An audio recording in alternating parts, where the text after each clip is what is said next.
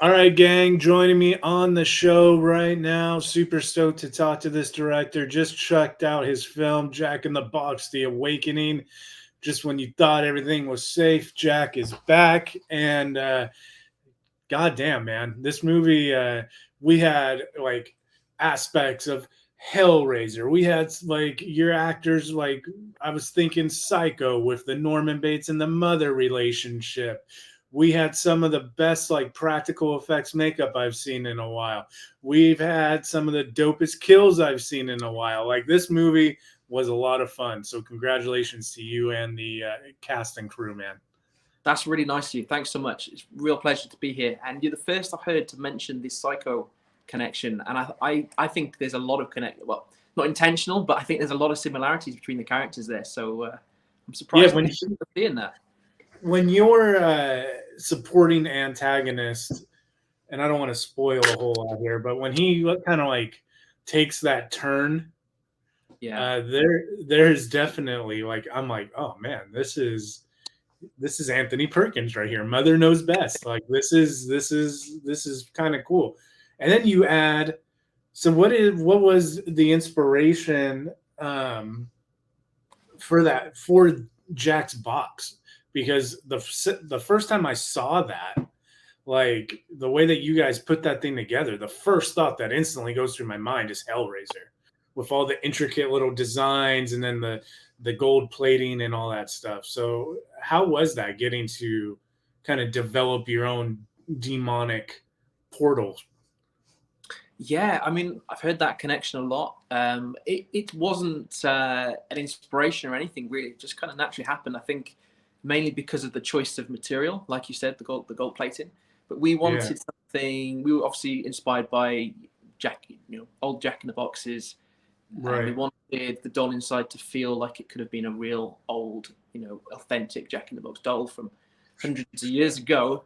And we just didn't want it to be wooden. It was meant to be buried for a long time, wood rots. There was just it was a conscious choice to go with metal, and gold Mm, plating just looks so good when it hits light. When light hits it, that sure. it has naturally drawn some Hellraiser comparisons, which I can absolutely see. But it wasn't really an influence, just kind of coincidence, I guess. Coincidence. Yeah, Yeah. yeah.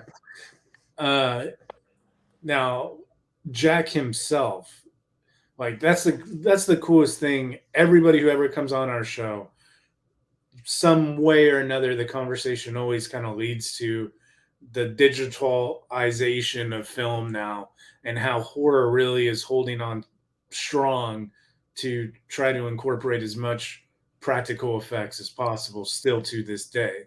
Yeah. And you definitely not using digital effects on Jack with that cowl and the makeup and everything. Like you see that and you're like, damn, that took a lot of effort to put together because he looks awesome.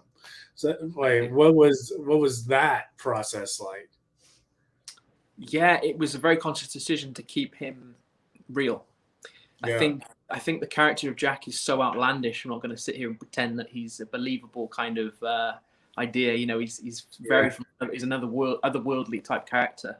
So anytime you can keep things as ground them in as much reality as you can, which is kind of a practical costume and actor, the better. And obviously, when you have digital characters, unless you've got the highest of budgets, Hollywood level budgets, we're talking tens of millions of pounds, which Sure. horror doesn't often get the luxury of. It's going to be very difficult to have a character that is, believable on screen. So, like I said, although the Jack is not, he's a leap, Yeah, it's a faith of the audience to kind of say, okay, this is a believable scenario. for sure. Having a physical person embody that does certainly help. His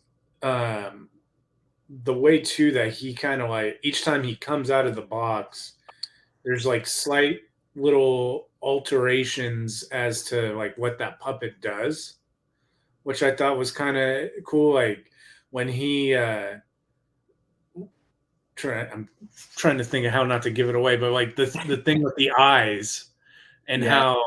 how that tied in like later on with that same character that had that experience. I thought that was kind of cool that his interactions were almost personalized as well as the box itself. When the puppet pops up, it's almost like same general idea, but a little bit uniqueness to each person that he went out and brought back in, which was a nice touch.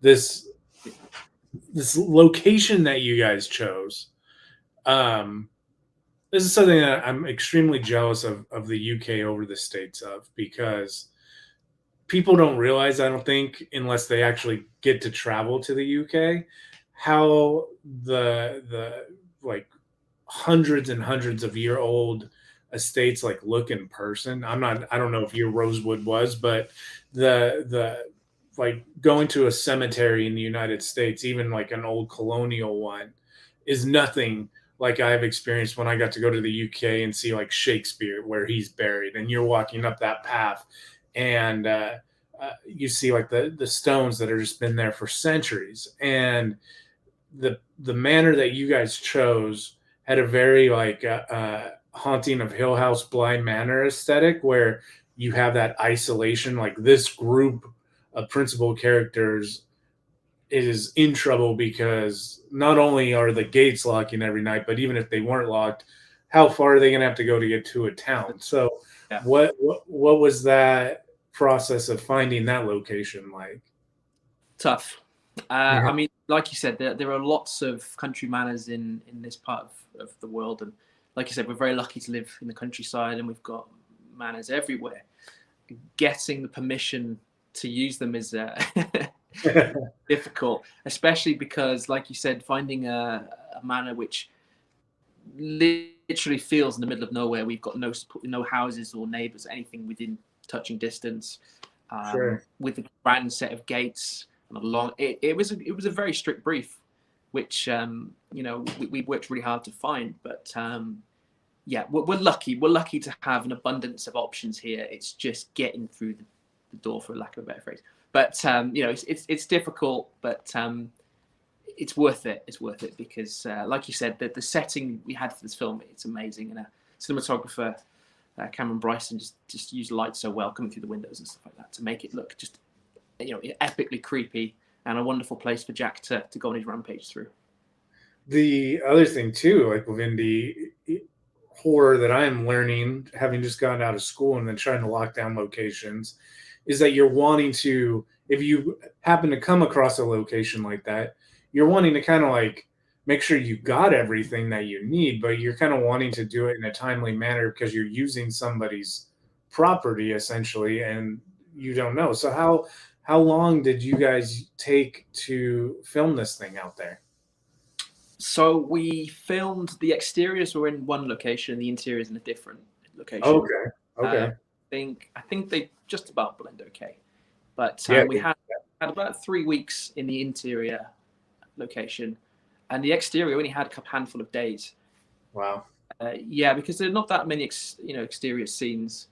You've Right. got characters running towards the gate, the kind of standard establishing type shots, and the characters finding themselves at the manor for the first time, things like that. But we had about 3 weeks in the interior manor. Yeah, the interior manor was absolutely fantastic place for all of the scenes we needed to do indoors. Had the the living room sets, the hallways, but it didn't have the long driveway in the gate that is, those who have seen the film or about to see the film will know it's an integral part of the story. So we needed something slightly different for that story element. Yeah. Your cast that you assembled, like they complement each other like very well, as far as they kind of fit within the characters of a movie like this, their personality types and everything. They kind of like check all the boxes that you would want for a creepy story in this setting. It's almost like um, you're expecting them to come across like a ghost or some kind of internal conflict, and you could like move your cast just because they play well off of each other so much. Like you could put them in like insert, take Jack out, insert a ghost story, and it's like they're good enough to where you could expect them to play off each other and carry that story. Take the ghost out, put in like a your next situation, and it's a slasher. Same deal. So, like, how did you come about these guys? Well, a mixture of actors we've worked with before, a mixture of putting out casting calls, really trying to find actors that fit the bill. You know, a mixture of experiences between a lot of them. James Swanton, who plays the Jack in this film, has been in films like Host and a few others. He's got a really kind of in-depth creature actor background. So as soon as you bring someone like that into the project, you just know that you're in safe hands with someone like Jack. He embodies the character and brings him to life amazingly well. And then Matt McClure and all the host of other actors we worked with, Molly Hindle and a few others, obviously, they just gelled really well together. And I think, like you say, they're very believable in their performances. I think, like you said, the isolated manner helps them all feel like they're in deep trouble in where they are and they need to get away as fast as they can. But hopefully there's a few surprises in there as well, and keep audiences engaged and enjoying the film. For sure, there was definitely enough, like, when you got it like figured out, or I thought I had it figured out, all the key components, you would add another kind of wrinkle in there, and I was like, oh damn, like it's like turning a chapter or turning a short story into a chapter book almost. It was really cool to see, like, there's more layers to this thing than just A B equals C. So the fact that Jack moved, like, you just hit the character actor, the way that he is moving in that thing. The other thing that is extremely creepy about him is the noise that he makes and the breathing of, he's almost, I kept trying to like say, like, his exhale at the end almost seemed like something from like Jurassic World or something like that. Yeah. But so it's a what mixture. were you- It's a mixture of James's performance, using his throat to create some unique sounds, and also our sound designer Fred Pearson, who did an incredible job. I believe he adapted like dinosaur sounds or something, so that would lend to what you're saying. But to make them sound, perhaps, obviously Jack's fairly bit smaller than a dinosaur, so just playing with things like that. I have to ask to get the full details, but no, I think that the two of them together did a brilliant job of bringing him to life in a audio with him, because it's not just the look of Jack. We don't really want to see too much of him, because if you see too much of something, it loses the effect. So hearing him at the doorway before you see him was quite effective a few times, and things like that. So yeah, I'm very pleased with how Jack sounded, definitely. If for you, Lawrence, like, what was it? Because everybody has like a certain film that they, when I ask them this question, that they kind of like go back to as to, I want to be a filmmaker. And then there's always one that's like, and sometimes they can be the exact same film, but then there's one that is like, no, I don't only want to be a filmmaker, but I want to be a horror movie director. So was there, if they're not connected, what were each of them? But is there a film that kind of tied that, got you into both wanting to create film, and then was there another one, or like I said, the same, that got you into horror movies? Yeah, so that the film that got me into wanting to be a writer director is The Dark Knight. It's not connected to horror. I mean, I was 18 when that came out, and I remember sitting there watching it thinking, I want to make something like this. I absolutely fell in love with it. I'd always been a Batman fan, kind of grew out of it a little bit. It's funny that you say that. I'll show you. I don't know if you can see them. Yeah, there you go. I mean, I thought I grew out of it, and then when I came, into my teens, it just reignited my love for it. So, absolutely. But The Dark Knight was the film where I came out to cinema thinking, okay, I want to pursue this. I've made some short films and things, but it was the one where I was like, okay, I need to make films. But my favorite horror film was The Shining. Absolutely love it. Nice. But, the reason I pursued horror filmmaking actually wasn't initially by design. It was kind of a case of I wanted to become a film director, and a couple of my connections had a good sort of start in their careers with a horror film. So I already had a passion for horror. I'm not going to pretend it was kind of like I had to become a horror director. I just wanted to make films in one way or another. Sure. So horror was my way in, and I wanted to make things like sci-fi and all these other types of genres. But 3 films in, 4 and 5 planned, they're all horror, because I feel so comfortable in the genre. I love it. It's always challenging, and I feel with each film I'm getting better at it as well, which in itself is kind of you want to see how far you can push it. You want to see how far you can understand the genre, and how good you can get with it. So yeah, again, I don't want to pretend I'm one of these guys that was just like, have to be a horror filmmaker. I just wanted to be a filmmaker, and by some sort of design, yeah, I'm still in the genre, and I have eyes on other things as well. But horror's fun. Horror's great fun. It's cool hearing you talk about that, like your progression, because totally relatable. Our little group, our cast and crew of volunteers and actors and people who are helping us evolve, like we just kind of had a good run with like a 12-minute film, and now we're evolving into like a 30-minute one. And we literally just had that exact same conversation the other day about this one. Was, in the 10-minute one, we messed around with green screen stuff, and we're like, okay, we kind of know what we're doing there. Now we're taking it to the, back to the story to prolong it to see. So that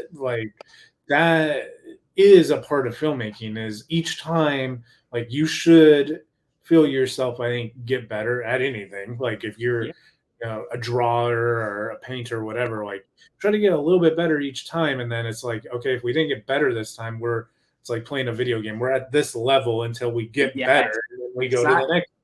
And do you find as well, it's like it's not just the good stuff as well, it's the bad stuff. If I try and read as many reviews as I can, and with anything you do in life, you're going to get people who like something and something who don't like what you do. I'm fascinated by the bad ones, and I'm looking at them thinking, yeah, I think if I applied a little bit of this next time, maybe we could take it to the next level. So that kind of encourages me as well. It's also, it's not just kind of the good, probably the same as yourself. You want to, if you do something and you think you can improve on it, I'm desperate to retry and get that right next time. And we applied a lot of that to this film as well. There were certain things, Jack in the Box, we had a CGI handle for the first Jack, and we had a very talented CGI artist who did it. And nothing against the team that did it, but it was, you can't beat a practical wheel. So we went back to the drawing board, rebuilt the handle, and it was motorized this time, and it's just so much more believable. Yeah. So little things like that, and that just came from a comment where someone just said, it was into it, but the handle was so CGI, and it's just like, just if we got another chance, I'd love to correct that. So I'm glad you did, because it looks creepy as hell the way that you guys ended up doing it. Thank you. That's kind. Yeah. But I'm sure with this one, people will say more things. Hopefully people love the film, but there will be comments at everything we ever do, and if we can apply that to the next one, as part of the journey. So that's. I think that's what we're still in horror, actually, just to keep going, keep learning, keep improving. For sure. One of the best criticisms I ever got was, I don't want to see his next movie. I want to see 2 movies from now. Because like the foundation is there, but you got to learn. And that's what, it's like how you talked about Dark Knight. Like that's what motivated me to go learn, was like I feel like the basis of someone saying that there is something there, but you need to go actually like educate yourself on what you're doing. And like listen, like just stop and listen to people who know more than you do, and just kind of absorb it. And then when you go down to direct or write or whatever, then it's I was amazed by like how much I was retaining as I was learning, and then just kind of going and passing that knowledge down. It's, I guess, part of trying to make a movie, is where all of a sudden you find yourself like going to the gym every day, and then you can run a 6-minute mile. You're like, damn, like, I am picking stuff up. I am getting better. It's a cool feeling. It is, yeah. And it's exciting to hear you're on the same journey, and I wish you best of luck with it. It's exciting. Yeah, thank you, man. The part of definitely getting to do this podcast, and whenever we get the opportunity to talk to a director, I love doing it, because it is like, with this one, you're far ahead of where we are, but I'm like, damn, at the end of the day, like, he's doing it just like we're trying to do it. So we're on that. It's like the affirmation of, yes, this is what we're doing it the way that we're the way we were taught is the correct way. Um, the thing about horror too, which how you talked about how they're all lining up and it's horror, horror, horror. More so, I think, than any other genre is that the variety of horror. I mean, case in point, where I said that your cast could do any kind of subgenre, is there's like a plethora of subgenres to choose from that are all under the horror envelope. Mm. Uh, is there one that like you would be like, damn, like I cannot wait? Is it something like The Shining, like a true to form, like psychological, supernatural, it's like thriller type thing that you would love to put a stamp on, or is Well, there another? yeah, I mean, for a long time I've wanted to make a ghost story, and Yeah. my producing partner and co-writer of this next film we're doing, The Ghost Within, pitched this kind of just small just a couple of lines of a story, and it just ignited something where we're both so excited about it. So yeah, I mean, I love English ghost stories. There's something about these kind of empty, isolated mansions in the middle of nowhere that again lend themselves so well to kind of ghost stories too. So yeah, we're developing a ghost story, shooting it in March, and that will certainly quench a thirst that I've had for a bit of time. Damn, that's awesome, man. So the ghost stories too that I think are always the creepiest have been ghost stories that have the setting of the UK. I don't know. It's just because We're creepy. yeah, like the one that I scared the absolute shit out of me when I was in my 20s, and I went into the theater thinking it had no business scaring me, was The Woman in Black with Daniel Radcliffe. I'm so glad you said that. It's a huge inspiration on this film. And if you'd said what was the inspiration, Woman in Black, it gets a tough ride. I think a lot of people love the theatre show, they love the book, they love the old sort of the 70s or 80s film. Not sure how old it is. Yeah.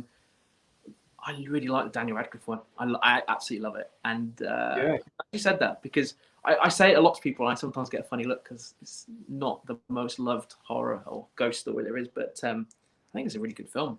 And that's exciting to hear you said that. That's really good. No, my wife and I, we live in a truly, like, this house is haunted. Like, there is activity that happens here almost on a nightly basis.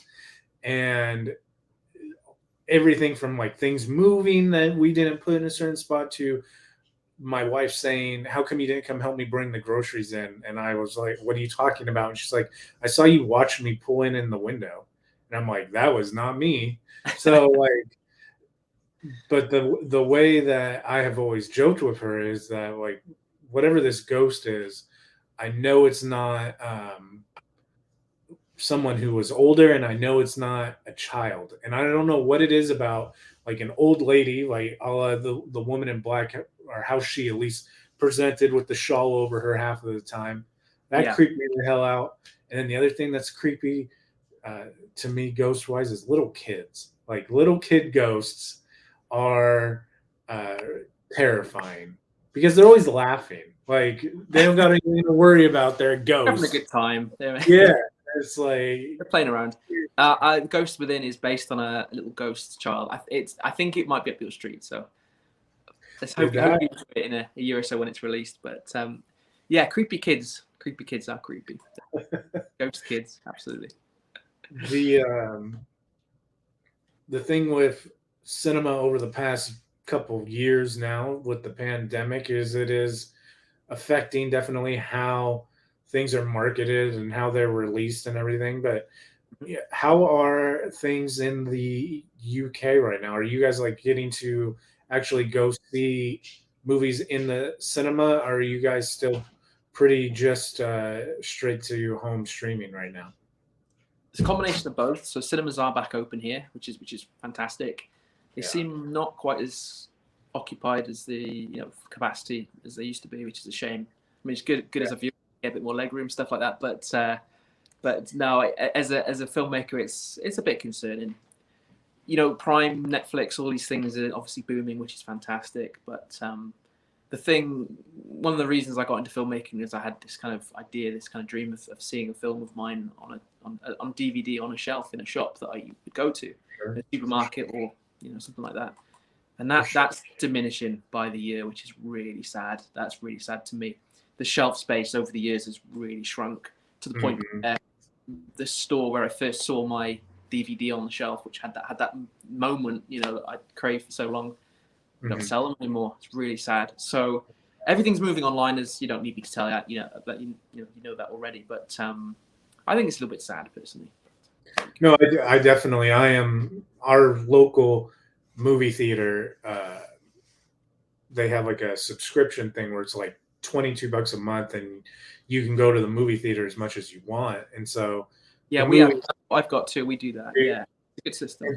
And so, like, we signed up for it like as soon as it launched, and so although like the Warner Brothers HBO Max deal and all that, and as long as the movie theater was open, I was going to the movie theater. And I feel you, like the movie theater for what was sellout was now like a half filled theater, and if it was half filled before, it was like me to myself type of a thing.